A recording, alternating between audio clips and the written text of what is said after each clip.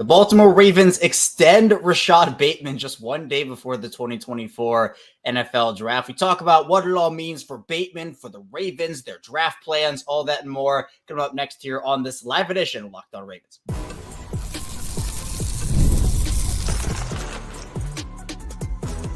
You are Locked On Ravens, your daily Baltimore Ravens podcast. Part of the Locked On Podcast Network, your team every day. Welcome into another edition of Locked On Ravens, your daily Baltimore Ravens podcast. I'm your host, Kevin Oestreicher of Ravens Wire, here with you as always on the Locked On Podcast Network, your team every day. Thank you so much as always for being here and making Locked On Ravens your first listen each and every day, or now we're in the afternoon or evening for this live edition. We're free and available on podcasting platforms. So video form on YouTube and audio form wherever you get your shows. You can find our content 5 days per week, plus more. Doing these Ravens live streams all the time after big news. We'll be doing a bunch of stuff for the draft. We'll have live shows and, of course, our Monday through Friday plus bonus stuff as well. So Ravens news, analysis, updates, we are here for you on Locked On Ravens. So be sure to throw us a subscription over. Really appreciate that. Today's episode of Locked On Ravens is brought to you by Monopoly Go. I admit it, I do have a competitive side, and it's a big fan of Monopoly Go, the mobile hit twist on classic Monopoly. So join your friends and download Monopoly Go now, free on the App Store or Google Play. Well, I wasn't expecting to do this one. I actually have to take a step back and take a deep breath. It's been a very weird day today. I don't know if anybody else has had one, but just was kind of planning to do some writing, chilling, and the Ravens, they decide to make a move right as I'm about to go live on the Bleacher Report. Huge mock draft that happened over there today. I was tied up for 2 hours, so getting a little bit of a late start doing the live stream, so apologies for that. But I had technical difficulties on that one with my mic. Hopefully it's sounded good today. But the Ravens extend Rashod Bateman through 2026. So he'll be with the team through 2026. I think for the Ravens, it's an interesting move. We're going to talk about it. And obviously the show that we did earlier today with Brandon Ayuk maybe coming in, Rashod Bateman going out, obviously. You can still listen to it. We have a lot of good takes in that with Sam and Njoku. But again, Rashod Bateman is not going out anymore. So Eric DeCosta had a statement on this. He said, "We're pleased to announce that we have extended Rashod Bateman's contract through the 2026 season. Congrats to Bate and his family. This is a good day for the Ravens." I don't think there's one from John Harbaugh, but we're gonna end up seeing what happens with this whole situation. We're going to talk about what this means, first of all, for Rashod Bateman, for the Ravens wide receiver group, for the draft plans that Baltimore has throughout the weekend. So we have a lot to dive into on the show. Let's get to it. Bateman extended. It's a move, and we haven't heard the particulars of the contract at the time of this recording. Maybe we'll hear them by the time tomorrow's show comes out. We'll do a pre-draft episode on draft day, so that'll be exciting. The rumblings is that it's right in the $5 million range. That would shock me. Be a great move for the Ravens. I mean, essentially you're extending his rookie contract a little bit.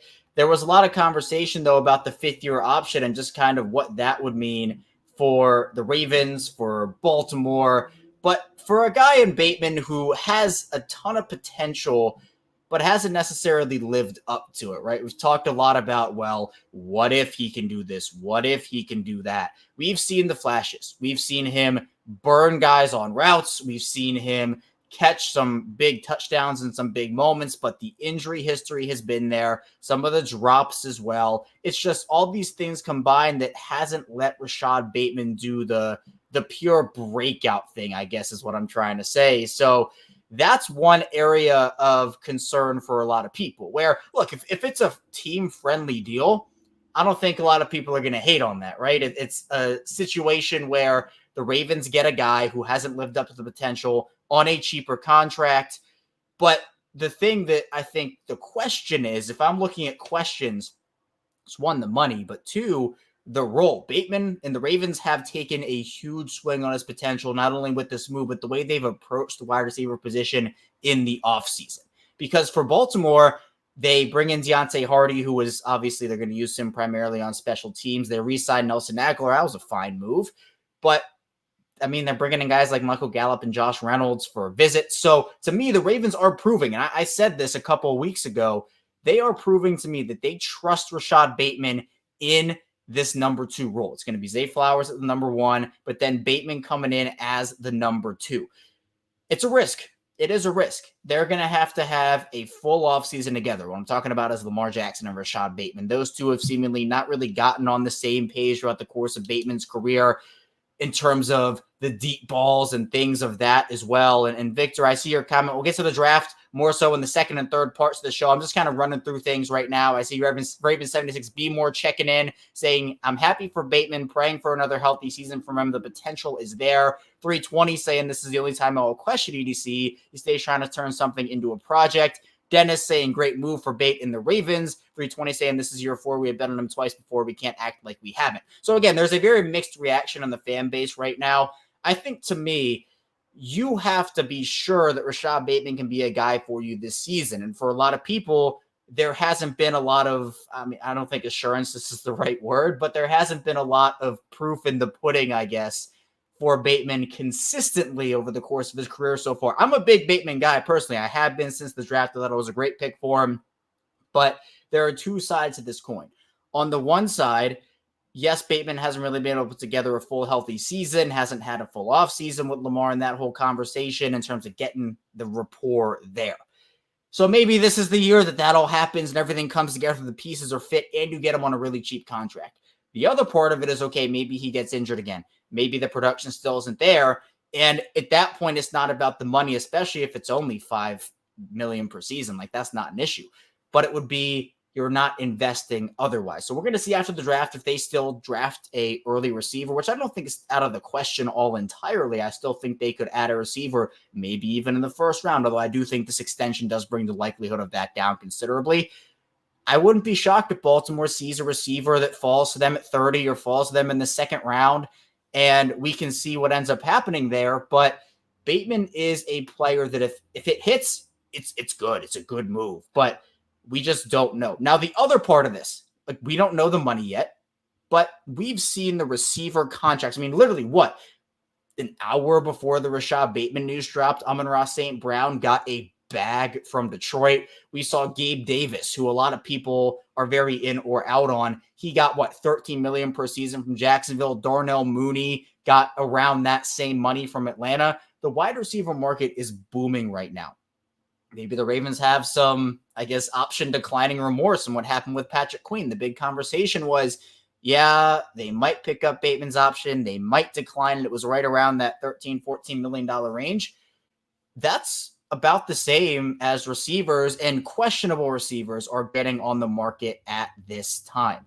So if they're looking at that and they're saying, well, we can get Bateman now on a deal for $5 million, if that's the number, $15 million total, it essentially is, again, an extension of the rookie contract. So what this means for the Ravens receiver room, if we want to talk about that aspect, is I think they're going with the young guys again. I mean, Aguilar is not the young guy. He's your veteran. And out of all the kind of end of career-ish veteran receivers the Ravens have had over the past, you want to go back 5 years, 6 years, I think Aguilar, he really impressed me last year. One of the more trusted guys I've seen from that group that, includes guys like Jeremy Maclin, Michael Crabtree, et cetera. So, Sammy Watkins, want to throw Deshaun Jackson in there, you can. Aguilar did a lot. But to me, he is now your surefire number 3, but this is before the draft happens tomorrow. Maybe the Ravens take a receiver in the first round. I see a lot of conversation about the draft. I feel like that's what people want to know about. So we'll move that into the second part of the show. But at this point, Dennis saying Lamar said himself, Bate is a wide receiver 1. He should know who should be his first read. Yes, excuse me on that. But there's belief in Bateman on this team. Eric DeCosta's been saying it for a really long time, but I'm not going to sit here and say it's not a risk for them. It's not so much about the money to me, especially if the $5 million is true. To me, it's more about, do you trust him fully as a wide receiver 2 to 1, stay healthy, and to 2, put up consistent production, and 3, here's the third part of this whole thing. What does it mean for Baltimore schematically? Because I do think Baltimore adds a wide receiver at some point, maybe on the first 2 days or 4th round max in this draft. Are they going to commit further to the passing game? They just signed Derrick Henry. Obviously, if you're talking about committing to the passing game, that's a step in the wrong direction. This offense has to be more balanced. It cannot be 3 for 27 in terms of receptions and catches, 4 for 35, 2 for 20. The Ravens have to get their receivers more involved, not name Zay Flowers and not name Mark Andrews if you want to classify him in that conversation as well. There are going to be conversations about how to involve Isaiah Likely more in the offense. So to me, Bateman is a player that in order to get him going, you have to get him more touches. You have to get him on the same page with Lamar. And we have to acknowledge the other fact here is that Baltimore only has 2 wide receivers under contract past this season, one of them now being Bateman, the other one obviously being Zay Flowers. So by no means is this a complete, oh yeah, the Ravens are done at receiver because they have Rashod Bateman. I still fully expect them to draft a guy in the first 2 days of this draft, and we'll see how it all unfolds for him. Coming up, though, in the second part of the show, we'll be diving more into what this means draft-wise for the Ravens. Could they still take a wide receiver in the first round? Are they going to ignore their need there whatsoever? So we still have a lot to talk about here on Locked On Ravens. Stay tuned. Again, plenty to talk about. Live edition coming to you on a Wednesday afternoon. First, this show is brought to you by eBay Motors. Passion, drive, and patience, the formula for winning championships, is also what keeps you ride or die alive. eBay Motors is everything you need to maintain your vehicle and level it up to peak performance, superchargers, roof racks, exhaust kits, LED headlights, and more. Whether you're into speed, power, or style, eBay Motors has it covered with over 120 million parts. Your number one ride or die. You'll always find exactly what you're looking for, and with eBay Guaranteed Fit, your part is guaranteed to fit your ride every time or your money back, because with eBay Motors, you're burning rubber, not cash. All the parts you need at the prices you want. It's easy to make your car the MVP and bring home huge wins. Keep her out or die alive at ebaymotors.com. Eligible items only, exclusions apply. eBay Guaranteed Fit, only available to U.S. customers. We are back our second segment live here on Locked On Ravens Wednesday afternoon. Kevin Oestreicher is still chopping it up with you here. Again, this is impromptu. Was not expecting to do this, but you know what? When the Ravens make a move, we go live, especially a big one like this. Baltimore extending Rashod Bateman through the 2026 season. There was a lot of conversation about potentially moving on from Bateman, trading Bateman at the draft. We had those conversations over the last couple of days on Locked On Ravens. So obviously it's not happening. Bateman's in Baltimore to stay now for a little while, but you can still check out the shows from the couple of days. Do a lot of draft conversation in those shows as well with awesome guests. So be sure to check those out and keep it here on Locked On Ravens for the draft. We'll have live shows each and every day, Thursday night, Friday night, Saturday afternoon, 3 live shows. Plus, we'll have shows 7 days per week this week. We'll have a live show, again, those 3 days, but also a pre-recorded show coming out 6 a.m. on Saturday, on Sunday, so a lot of content. Let's get to the comments a little bit. I like and I love these live shows because we're able to engage in the community, and I really appreciate the Locked On Ravens community and just talk about everybody's differing opinions. And I love it because we can talk about it in all the opinions. So I see 320 in the chat here saying, I don't see us drafting a real quality big receiver in the draft. I feel like we're going to try to develop someone, and I'm tired of it. The Ravens, to me, and this is a lot of positions, honestly, the perfect way to go about drafting and constructing a room, whether it's free agent signings, trades, draft picks, you want to have your young guys. You want to have your developmental guys, but you also want to have your veterans. And to me, as I said, the Ravens, I still think are going to take a receiver in the first 2 days of this draft.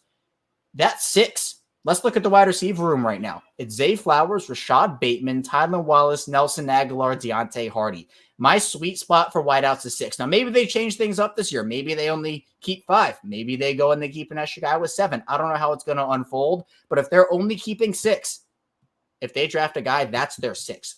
So are you comfortable? Are you comfortable with a room of Flowers, Bateman, Aguilar, Wallace, Hardy, and a draft pick? Now, I think it depends on who the draft pick is. I see Ravens 76B more saying drafting Keon Coleman. Other guys that I've seen, Xavier Legette, A.D. Mitchell, Xavier Worthy, although I'm not huge on Worthy for this offense, but just those types of guys. Or is it more of a Jalen Polk? Is it more of a second or third day player? That could end up going. I'm not necessarily, I don't know. And I see 320 saying this young guy stuff is going to end us every time. Zay's a beast. He fumbled that touchdown to the goal line because he's young and inexperienced. And yeah, I mean, Zay has definitely learned from that. And it was his first big, well, I guess second if you want to talk about, or actually, honestly, maybe third if you're talking about the Colts and the Steelers games last season. But there has to be a balance to me. I would love it if Baltimore to go out there and add a proven, bigger-bodied veteran receiver. I still think Courtland Sutton would be the perfect fit, both skill set-wise and contractually for what the Ravens are looking for right now. That, to me, would be the guy I would want to add with Flowers and Bateman personally. So, and I see C.E. Blooms saying right now, The reads in the past, he'd be the third or fourth. Scheme is more split field read, so Lamar can go from side to side the whole field through who he wants to. And we see Lamar kind of roll out a little bit. Sometimes he stays in the pocket, but he can. He likes going side to side, back, forth. He was like, like that. He goes everywhere. So it's a good point there because I think that for what this Ravens offense needs, I still think bigger body receiver is where I personally am going. That's going to be interesting to see if they do end up needing a receiver in these first couple of rounds, or if they feel like, all right, you know what, Ravens, they signed Rashod Bateman. They're going to take the pedal off the gas in terms of their receiver need. I see RX saying, well, there goes the idea of trading running back. They're better, will be a difference maker this year. I pray their feelings are right. If not, another bad call, which is not good. Yeah, they have to. Yeah, this is showing that they are betting on him being a difference maker, 100%. They're betting on the potential finally coming to fruition in year 4, but they have him through year 6 now. So if the money is $5 million per season, again, we don't know that at the time of this recording. We don't know the actual terms of the contract. I think it's a fine move, but is he going to be a consistent number 2 receiver? That obviously is the question that remains to be seen. CE saying they still need 2 more wide receivers. I would say 1 for this year. If you want to classify Hardy as a special teams guy only, yes, then I would say 2, but I still think they keep 6.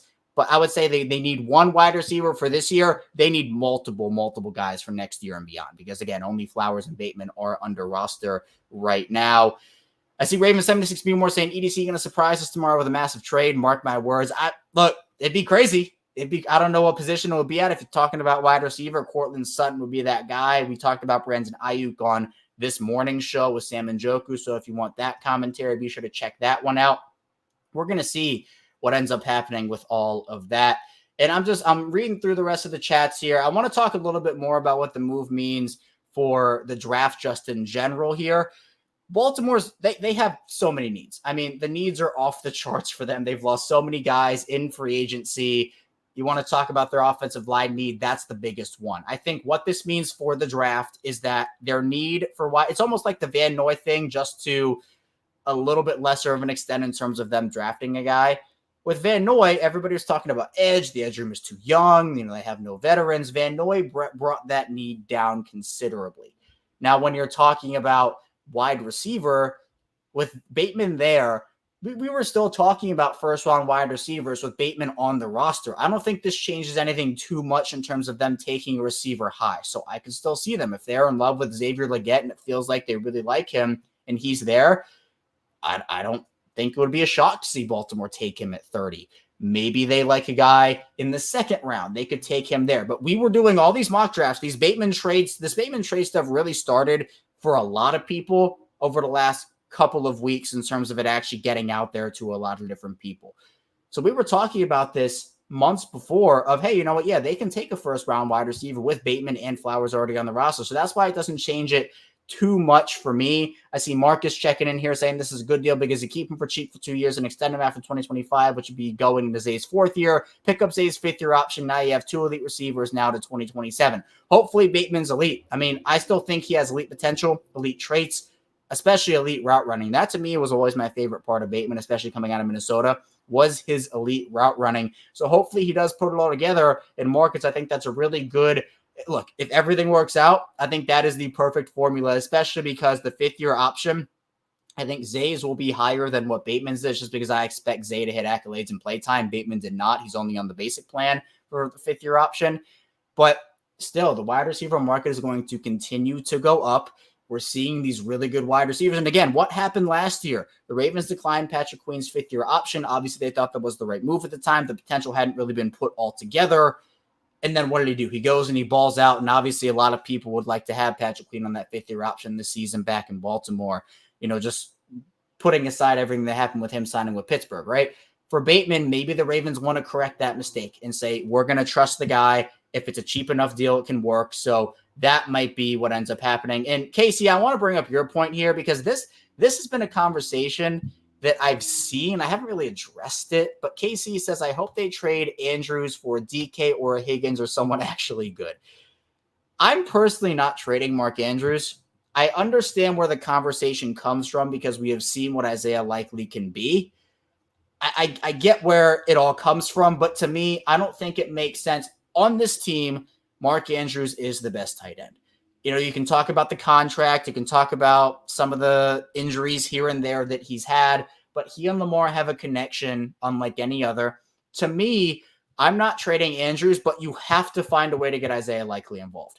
There have been moments where Likely has looked like a tight end one. I think in a bunch of different offenses, Likely would be a tight end one. He is a tight end one in this league. I think you use that to your advantage if you're the Ravens, and then you find ways to work in Bateman. Obviously, Zay is going to be a big part of your offense, right? But I think that 2 tight end sets, maybe using Likely on the outside or putting him in the slot more often, getting Andrews and Likely involved on the same field, that to me is where it's important. And CE kind of echoing that, saying Mark and Isaiah are going to kill it this year too. They were 4th in the NFL last year in their first year. So yeah, guys are drafting for Madden. Yep. Yeah. I mean, again, trades happen all the time.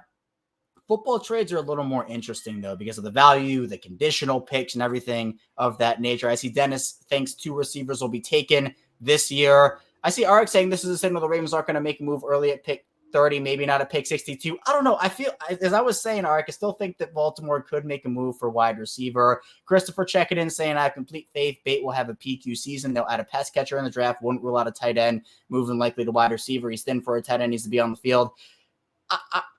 I don't think it's going to be a tight end. I still think they need to get Likely and Andrews on the field at the same time. But to me, I definitely think that for the Ravens, they can get Likely and Andrews involved together and still have Flowers and Bateman be a big part of their offense. The thing, though, is you have to be more balanced. We know Baltimore loves to run the football. We know that's their identity. I'm not saying get away from it. I'm not saying become this air raid offense that throws the ball 50 times a game. But just more balance overall. Alex saying this is a no-brainer to me. That's worth the risk. Bateman as wide receiver at 1 talent, especially if the money is low. I think it is worth the risk, but it is a risk considering we haven't seen him put together a full season. The hope here is that he can do that, become the wide receiver 2, the clear cut, right? Consistent wide receiver 2 for this offense. The potential is there, but can he put it all together is the question. Coming up, still a lot to talk about. We'll get to more of your comments as I see we got a lot of people chiming in here. I'm trying to get to as many as I can, plus talking about more draft updates for the Ravens. We'll look around the league as well. We got a lot to talk about here on this live edition of Locked On Ravens. Stay tuned. We're going to be diving into a lot more Ravens content coming up next. First, this show is sponsored by Monopoly Go. I've been told I'm a competitive person personally, and it is definitely true. I do have a competitive side. We all do. My competitive side is a big fan of Monopoly Go. I'm sure you've heard of it. It's been downloaded over 150 million times. It's a great twist on Monopoly where you play on not one but hundreds of Monopoly boards in crazy locations, building up amazing cities that bring you big money. But the best part is messing with my friends. I can charge them rent on my iconic properties, just like classic Monopoly, but now I can also heist their vaults of riches for myself, and the leaderboards show me who the biggest Monopoly tycoon is. But it's not just my competitive side that loves it. You can team up with friends and people all around the world in time tournaments to earn huge rewards. So get in on the game and join your friends. Download Monopoly Go now, free on the App Store or Google Play. We are back, Locked On Ravens live. Kevin Oestreicher here with you. Really appreciate everybody checking in on this Wednesday afternoon, Wednesday evening. Technical difficulties galore, but you know what? We got the show up and running. We are here talking Ravens, talking Rashod Bateman. Be sure to subscribe to the channel here on YouTube and follow along in audio form. Subscribe over there as well. I really appreciate all the everydayers on the show who listen each and every day. Actually, the episode that's coming out at 6 a.m. tomorrow is going to be my 1,234th consecutive episode, 1, 2, 3, 4 of Locked On Ravens. I've never missed a weekday episode of the show. And I'm really proud of that. And I'm really proud of the communities we've built here, video form, audio form, subtext, social media. Really proud of all that as well. And it's obviously you guys, right? I love interacting with the community. I try my best to, and these live shows, they're a really good way for me to do that. So let's talk about some draft updates for the Ravens. Then we'll get back into the comments as they come in. The Ravens picking at 30. I still think that there are a couple of positions you look at. With the Bateman extension, the offensive line need, I think, takes precedent over everything else. That is the top need for Baltimore. It always has been. But this is a BPA team. If they love a guy, if there's a guy high enough on their board and it fits a somewhat level of, I mean, look, they're not going to draft Bo Nix or Michael Penix, right? Like that, they might be high on their board, but they have Lamar. That's not a need for them. Tight end, not a need for them. But if there's still a receiver they really love, Xavier Legette is a guy that comes to mind, they could make that move. So we're going to see what happens with that. But in my opinion, Baltimore has a lot of different things they could have up their sleeve. A couple of those is potentially the trading. They could move up. They could move back. If a team loves Michael Penix, if he's available at 30, as we've talked about on this show, the Ravens could do what they did for Lamar Jackson. They could trade back, get some extra draft capital, whether it be a second rounder this year, a second rounder next year, a third round, whatever it may be, move back only a couple spots and get that extra draft capital. So it's going to be interesting to see what they do because the 30th pick, you get the 5th-year option, but it's right towards the back end of that first round, essentially beginning of the second round. So there are going to be a bunch of prospects kind of like gooped up in there where you can say, yeah, they could take that guy or they could take that guy or they could and they're going to probably be one or two that fall. There always are. But this is a good draft to need an offensive lineman. It's a good draft to need a wide receiver. It's an okay draft. Eric DeCosta called the edge class average. So it's an okay draft to need an edge rusher. Solid-ish draft to need a corner. I think there are a lot of late-round cornerback prospects, mid-round cornerback prospects that could happen as well. I see Marcus saying Leggett, Coleman, Pascal Baker would be great third or fourth receivers. I could see a Ricky Pearsall out of Florida is another one a lot of people really like.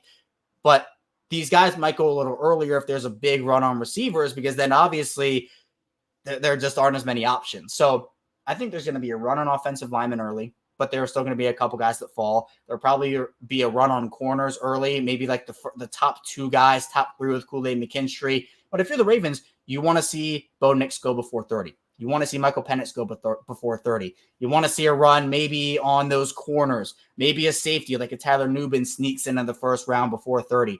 And especially if those top wide receivers go, you want to have the run. Like the Ravens, the reason they got Kyle Hamilton was there was a run on wide receivers right before Hamilton got to them at 14. Then obviously Jordan Davis was there at 13. Now I see George saying BPA. This is a BPA team. They're going to take multiple BPA picks. We talk about wide receiver. We talk about edge, talk about offensive line, talk about corner. You're not going to take 5 offensive linemen. You're not going to take 5 wide receivers. This will be a balanced draft in terms of positions. I wouldn't be shocked to see them take a defensive lineman.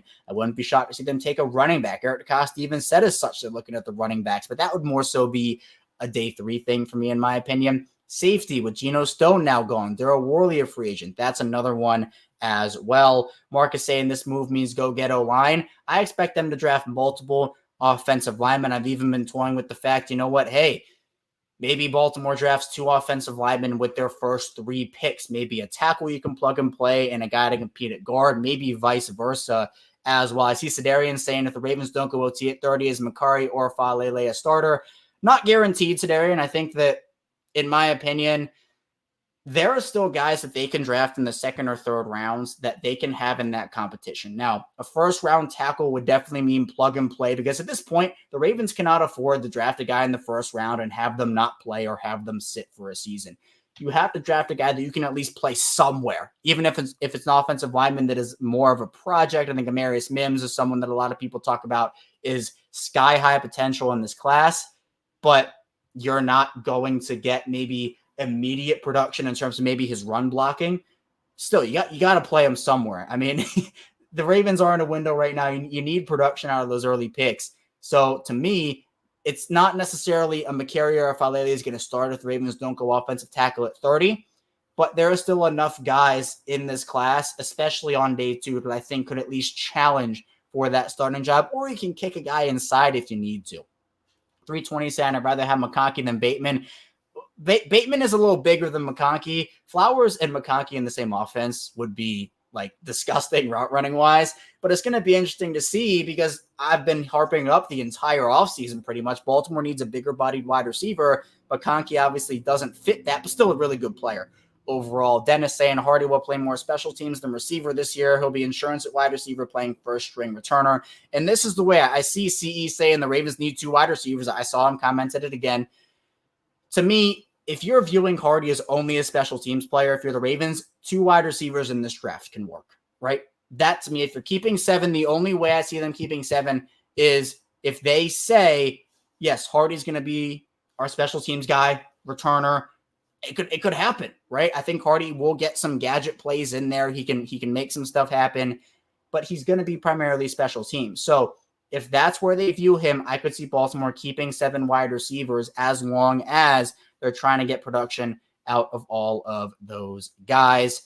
And I see CE making another good point here. It's still free agents after the draft and later, don't forget. I love that. And yeah, I see him saying likely he's a tight end, not a wide receiver, great blocker in space. To Likely's credit, and to CE's point here, he's improved a lot as a blocker over his first couple of years. And Mark Andrews had that same career arc, right? He came in not known for his blocking a ton. So to me, the Ravens are still going to be active after free agency, but the draft is going to determine where they are active, or at least more active after free agency. So we got a lot of people in the chat. Felix says, what's good, KO? I appreciate you checking in, Felix.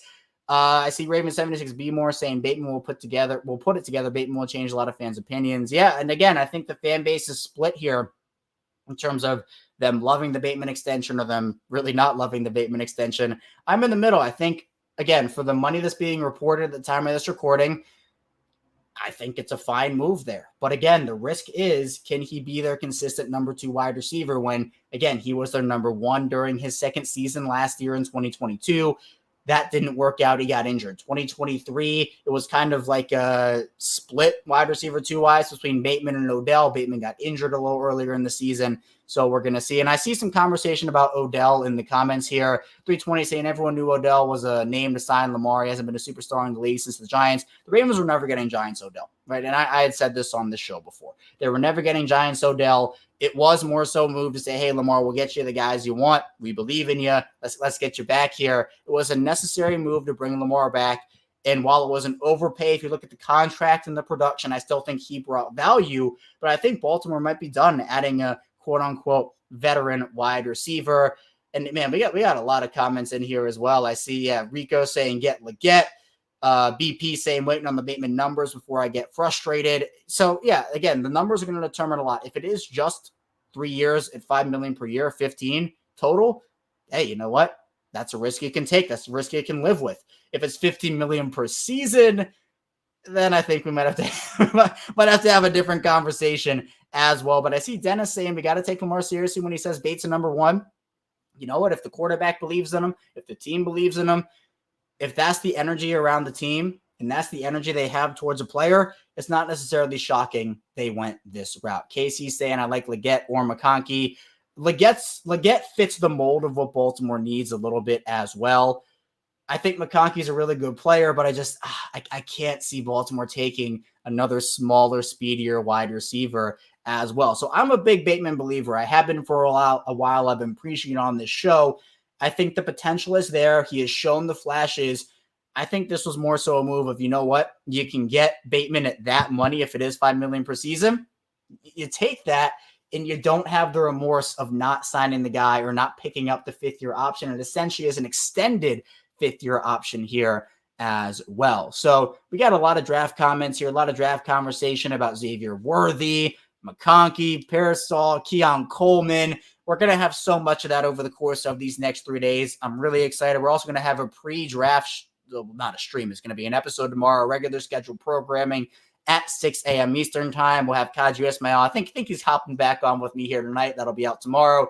So we'll be talking about the Ravens wide receivers, talking about that need, guys they could look at, and obviously talking about Rashod Bateman as well. So I really appreciate everybody today for tuning in to this Locked On Ravens live stream. That's all I have for you here today. But again, you should have subscribed to the channel, follow along in audio form for 5 days a week, plus more of daily Ravens content. Coming up tomorrow, again, we'll have a draft day episode breaking down everything Ravens draft, talking about Rashod Bateman and a lot more. Stay tuned. I'll see you right back here then tomorrow on Locked On Ravens.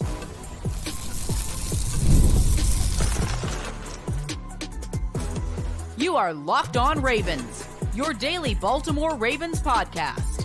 Part of the Locked On Podcast Network, your team every day.